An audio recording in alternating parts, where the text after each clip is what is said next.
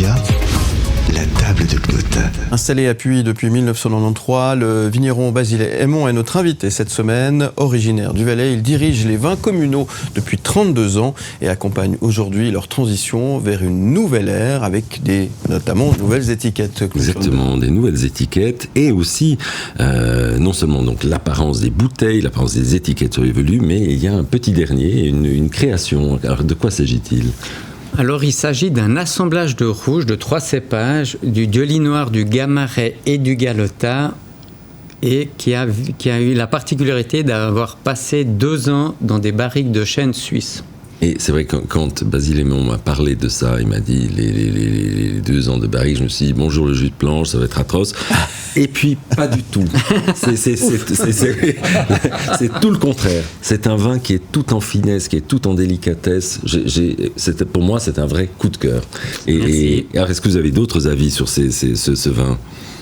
Alors, il est certain que c'est une vinification que j'avais jamais fait, de garder du vin 2 ans dans le même logement, en l'occurrence des barriques neuves.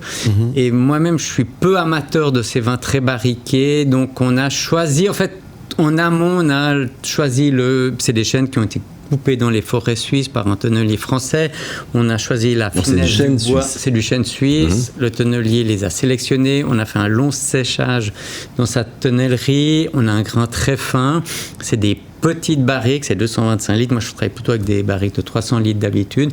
Et ça fait le faible apport aromatique. Donc, il y a peu de goût de plomb. Oui, vraiment, ça souligne. Ouais. Par contre, il y a une très belle structure. En fait, ça fait beaucoup de structure en bouche. Ça fait une longueur, une persistance, des tanins très fondus qui vous amènent une grande persistance en bouche et qui présente aussi, ça fait que le vin présente une grande garde, un très grand potentiel de garde. Et puis, donc, c'est ces jours-ci que ce vin est officiellement lancé.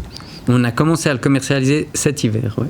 Et puis, donc pour l'instant, il était encore, la dernière fois que je l'ai vu, il était encore dans les bouteilles d'avant.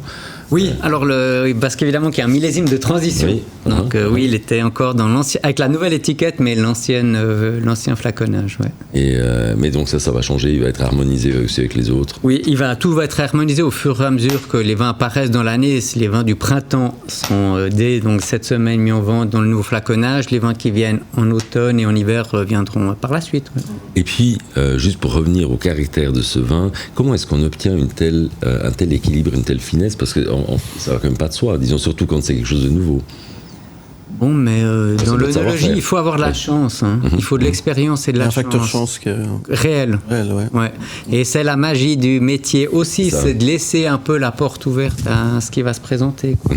Mais on a bien cadré ce qu'on voulait. Et oui, en plus, c'était un bon vin. On a eu de la chance, on a fait un très bon vin. Oui, je serais tenté de dire que, disons, le talent du vigneron n'y est pas tout à fait pour rien. Ce vin, vous l'imaginez avec quoi ? Avec quoi est-ce qu'il faut le consommer, le boire ? Je pense que c'est un vin qui mérite un peu de temps. Si on veut vite boire un verre d'un vin rouge sur la terrasse, c'est pas une super idée à mon avis. Il est un peu trop complexe en fait. On lui accorde un peu de temps. Je pense qu'il soutiendra magnifiquement un repas assez riche avec une viande par exemple, une viande grillée ou comme ça. Parce que c'est en fait pas tout à fait l'habitude. Souvent on se dit les vins de Lavaux, on pense chasse là, on pense apéritif. Mais là on a quelque chose qui est très plein, qui est très beau, qui est quand même qui a une belle richesse, sans être lourd pour autant. Oui. Et que cet assemblage, répétez-nous donc, du Dioli noir, Gamaret, Galota. Galota, très joli à découvrir. En tout cas, merci d'être avec nous, Basile Aymon. On vous retrouve très très vite pour la suite. Où tu veux.